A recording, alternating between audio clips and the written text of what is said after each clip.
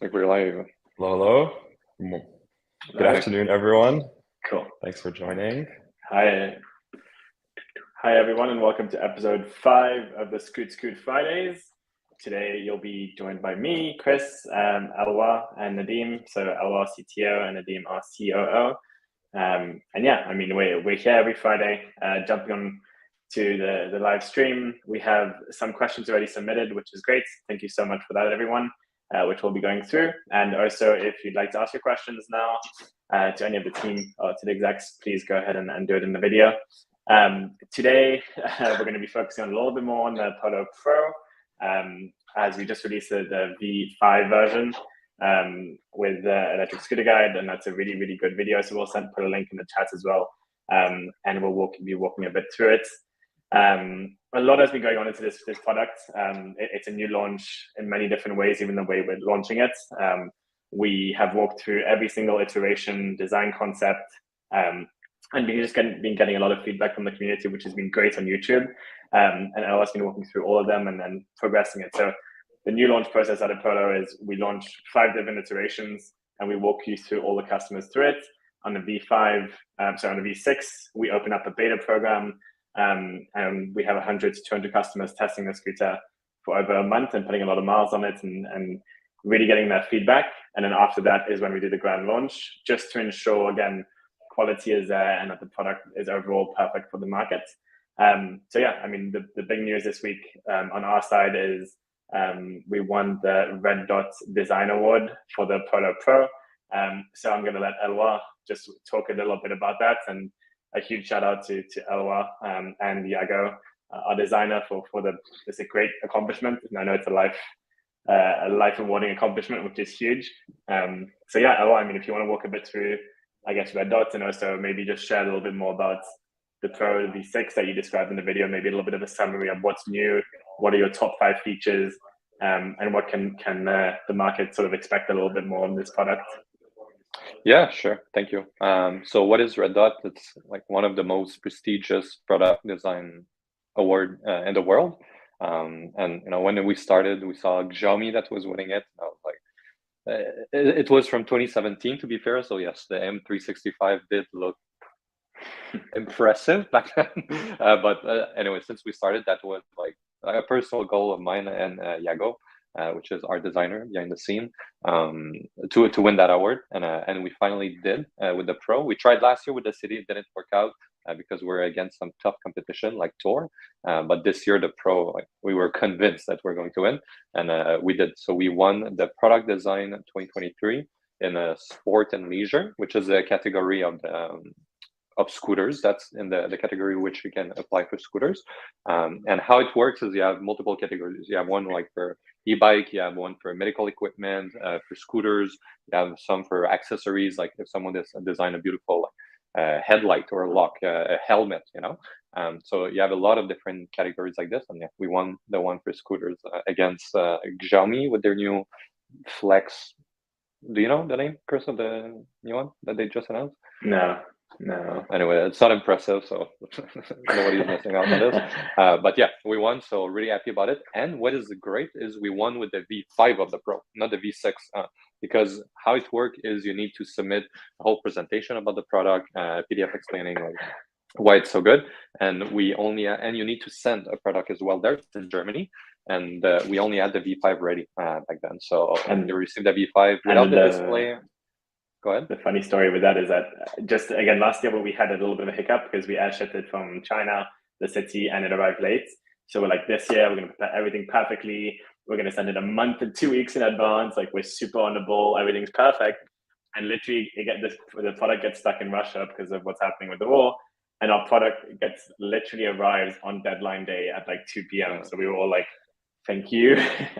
It's crazy because we paid someone to drive a truck from China literally to Germany, and the worst part is that we had the IoT to track it. So every day I was seeing it. It was passing like Kazakhstan, like all the countries. It was like even adding more to the stress compared to UPS. Usually, it's only like a clearance process and then it's there.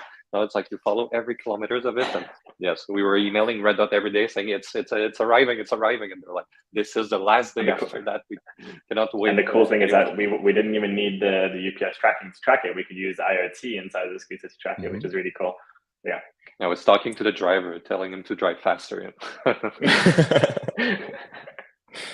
But so this was the V5. So with the V6, it looked even better. The V6 is more refined. There's a display. We changed the grip, so it's really reassuring that even if it's not the latest sample that they receive, we won. And that leads me to your next question, which is, what is the V6? The video of the V5 was just released. ESG2, the video that they released was the V5.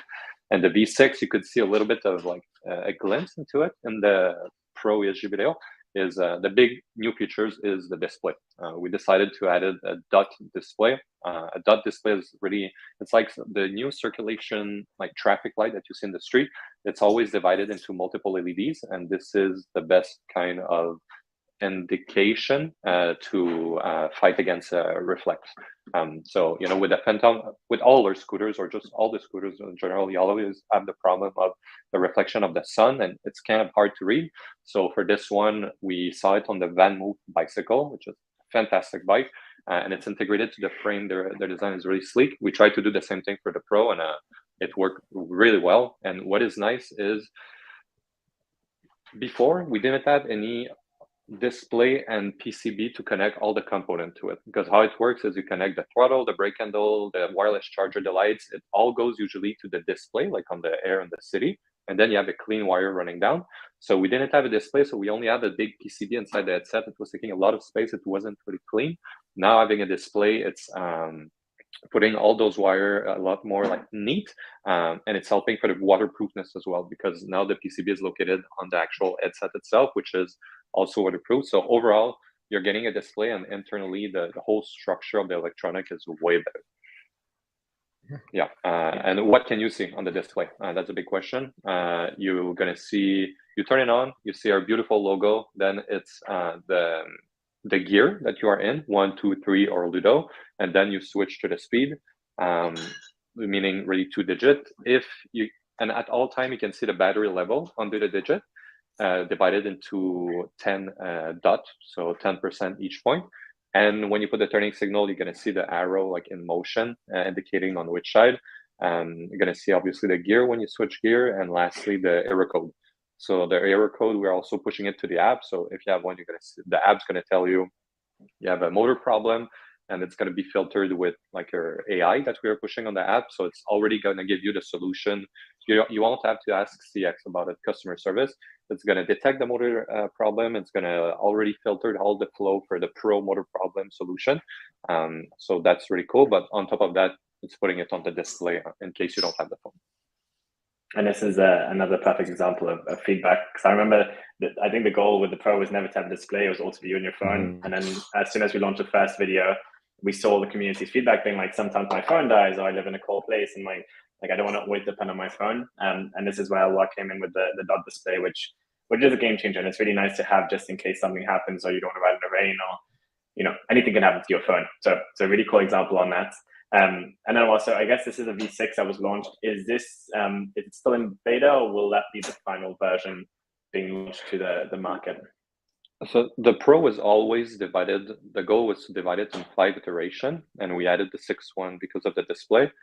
So if we don't see, obviously we're going to see some things with the beta group. That's the whole point. We think the scooter is perfect and ready to go since the V5, but I hope that with the beta group, we're going to receive some constructive feedback about what is working well, what isn't, what can be optimized, and it's going to be minor tweak. I won't add a second display or remove the regen. It's only going to be really minor.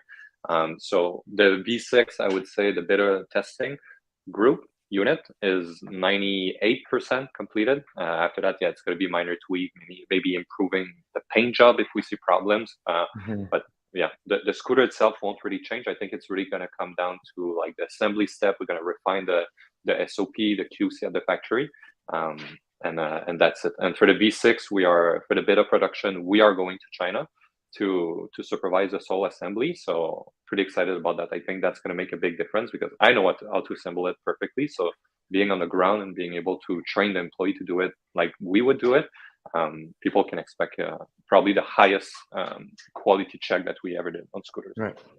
Yeah, and I think one of the that's a interesting crazy things part of about things. the yeah, sorry. Go One of the ahead, interesting go. things about the beta program as well is like we only really talk about it from like a hardware perspective. We don't really talk about it from a software perspective too, right? Like the phone is such an important part of the scooter. So having people use the app with the scooter, also having this IoT functionality as well, really understanding how people are going to sort of elevate the scooter experience to more than just the hardware experience, but also have a software experience as well. Take that feedback, influence our app development roadmap, the features that we want to have, and then also, you know, just like have a better understanding of how people are using our scooters in a day-to-day across so many different riders is going to go a long way towards making sure that final sort of when we're ready to mass produce and we're ready to ship to everyone, we have something that kind of like answers all of the use cases and needs of different types of riders as well, specifically as well from, you know, from the software perspective too. So that's a really interesting part that we don't really talk about that much, but the software is so important to the scooter, and having a really smooth experience is what we're going for with the Pro. Yeah, and I guess compared to, let's say right now, the only way to get feedback is like with those live that we're receiving comments, or as people write to CX and CX customer service, and customer service are sending us the suggestion. But what is really interesting with the Pro, to your point about the software, is people are going to be able to leave the feedback directly in the app and track. Like we are asking people to do 500 kilometers. You can have the progress bar every week. You're going to have different survey about the hardware, the software, and just a feedback section. So the loop of feedback is going to be much more efficient. Yeah, and again, even just for context for people, because we don't talk too much about what happens in the back end of all of this, and the Pro, even on the V5 or V4 version, is probably the most tested scooter in Proto history, or like most controlled quality check and production thing, and that's why we're taking it so slow, because there's a lot of moving pieces. It's an incredible scooter, and for people who are like, oh, you know, I'm not comfortable buying a beta, I think the word beta is take it with a grain of salt. It's really, you know, a lot of iterations, and it's again the most tested scooter we've ever launched. So that's saying a lot in many ways, and that's why we want to make sure it's perfect for the market. So another question that came up was also when is the launch dates of the final Pro? I believe Elwar, correct me if I'm wrong, we're looking at them on Q3, Q4, so September, October of this year. That's still on the right dates, right? Yep, if everything goes well, around September, October, I would like the production to be completed. So yeah, Q4 to be safe. Yeah, and Jean-Charles, just to answer your question, is the beta program open in Canada and Quebec? It is in Montreal. We're from Montreal. Our office is in Montreal. We have a servicing location in Montreal, so of course it is available in Montreal. So if you're in Montreal or close by, then you would definitely be eligible for the program. And so we'll also be jumping in between the questions. We'll get back to all questions for sure. But while we're just on the subject of the Pro here, one of the questions was just talking about the speed of the Pro and saying, you know, it's much slower than other models and everything else.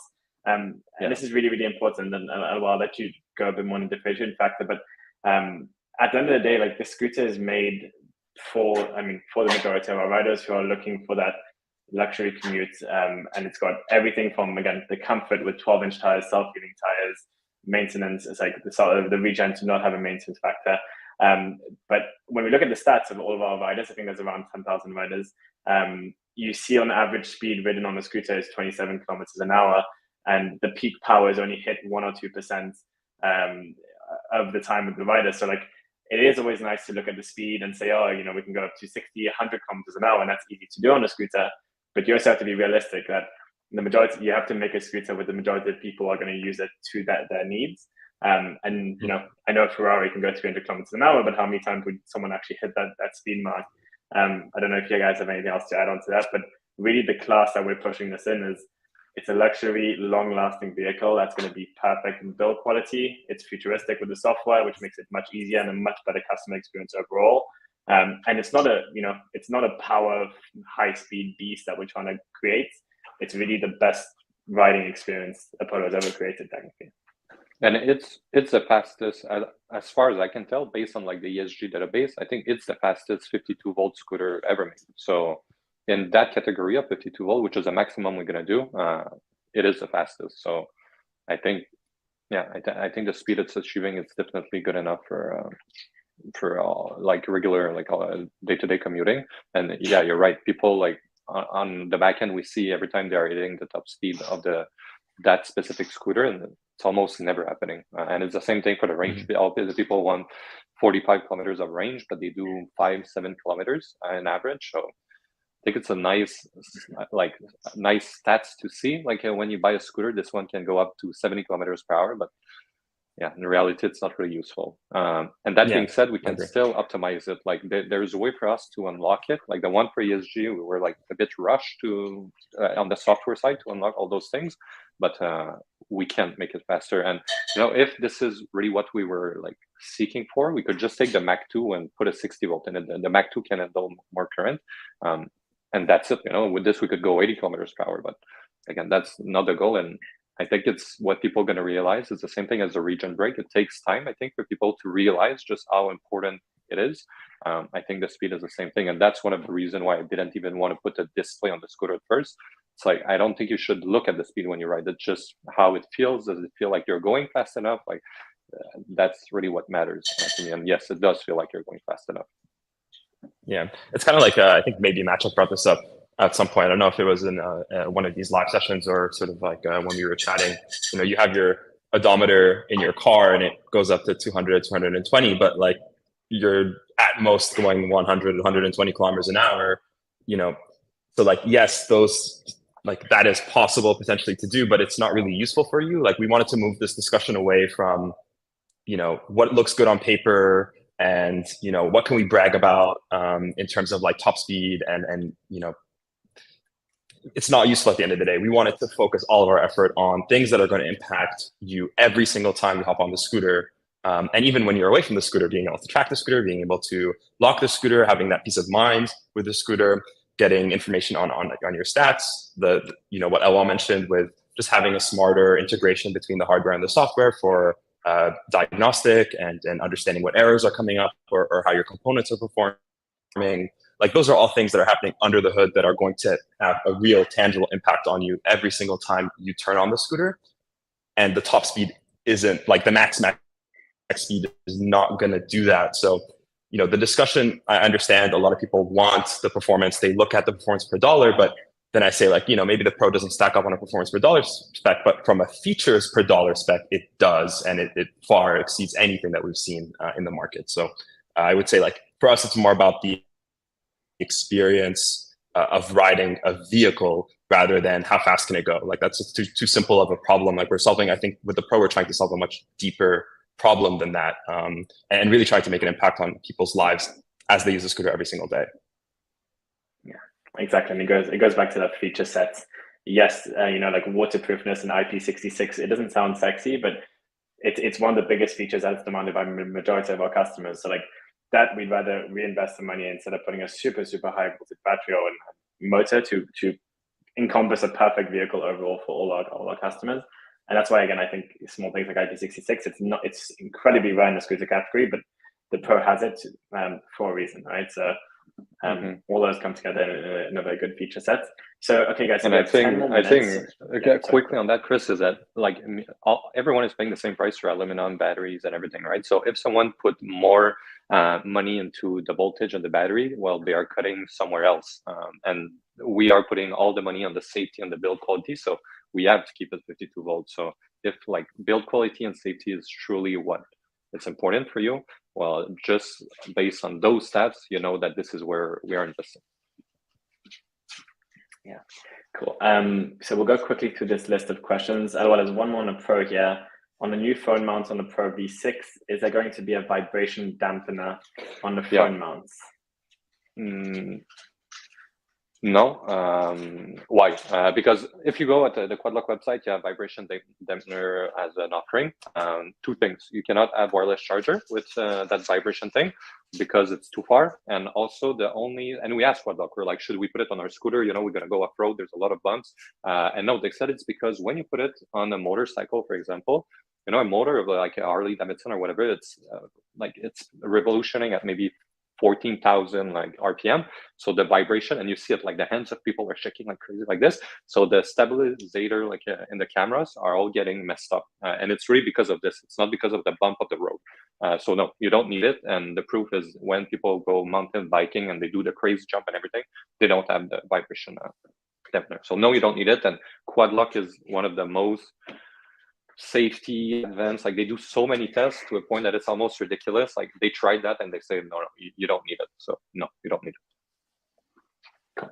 Perfect. So we have one from Marc Durocher. I have a question about charging my Phantom 2023. If I'm doing only short rides, 5 to 10 kilometers a day, should I charge after every day, or should I wait until the battery gets down to a certain percentage? Ideally, you always charge it up to 80%, like in the ideal world, but just never let it discharge it. Like, baseline, keep it to 80% when you can. Cool. Okay, there was another comment that we discussed about speed for the Pro. That's all good. Regarding Android version of the app, it keeps resetting the regen braking strength for my Phantom to 0. Any thoughts on how to fix? Yeah, you probably are on Android. We received a new fix for that from our controller factory today. We're going to be pushing the app Monday, right? Yeah, Monday. And we're pushing iOS today. So from today to Monday, it should all be fixed. Yeah. Excellent. Tommy DeVille, I'm looking forward to owning the scooter. I applied for the beta program, hoping to get in and get a scooter ASAP. I live in the Midwest of the US, in Missouri to be exact. I hope it won't hurt my chances. So the way we're doing the beta program is in 2 waves. One is where our repair centers are located, and that's the first wave to ensure the first wave goes smoothly and that you have all the support possible. The second wave is to most people. So I believe you should be fine based on that. Nadim, correct me if I'm wrong, but that's sort of the way we're executing it now. Yeah, I think one of the things we wanted to make sure of is because the beta program, there are kind of like requirements that you are hitting certain mileage and that you're using the scooter in a certain way. We want people who are participating in the program to be as close as possible to repair center options so that in case something goes wrong, you're not sitting waiting for the scooter to be repaired or aren't able to repair the scooter. And then it's sort of like, the beta program's not doing what it was intended to do. So we are prioritizing people that are close to repair centers. At the moment, we don't have one in Missouri.